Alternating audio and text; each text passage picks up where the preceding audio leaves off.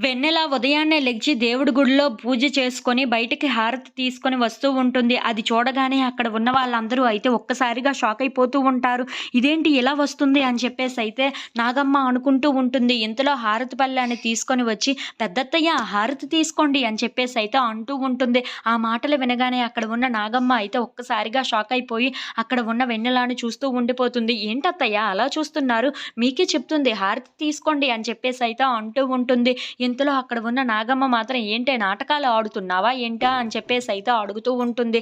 ఆ మాటలు వినగానే అక్కడ ఉన్న వెన్నెల మాత్రం ఈ జీవితమే ఒక నాటకం. ఆ నాటకంలోనే మనం బ్రతుకుతున్నాం. మీరు ఆడే నాటకమే, నేను ఆడేది నాటకమే. కానీ మన జీవితాలు మాత్రం ఒకే విధంగా పోతున్నాయి చూసారా అని చెప్పేసైతే అంటూ ఉంటుంది. ఆ మాటలు వినగానే అక్కడ ఉన్న నాగమ్మ అయితే చాలా కోపంగా వెన్నెల వైపు అలా చూస్తూ ఉండిపోతుంది. ఇంతలో అక్కడ ఉన్న వెన్నెల మాత్రం అవును మన జీవితాలే నాటకాల రూపంలో వెళ్తూ ఉంటాయి. వాటికి అనుగుణంగా మనం వెళ్ళిపోవడమే అంతే అని చెప్పేసైతే అంటూ ఉంటుంది. ఆ మాటలు వినగానే అక్కడ ఉన్న నాగమ్మ మాత్రం ఏంటి రాత్రి ఆ నాటకం ఆడావు? ఏదో పెద్ద ఎవరు నీకు ఏదో చేసేసినట్లుగా గట్టి గట్టిగా అరుపులు అరుస్తూ ఏవో మాటలు చెప్పావు కదా!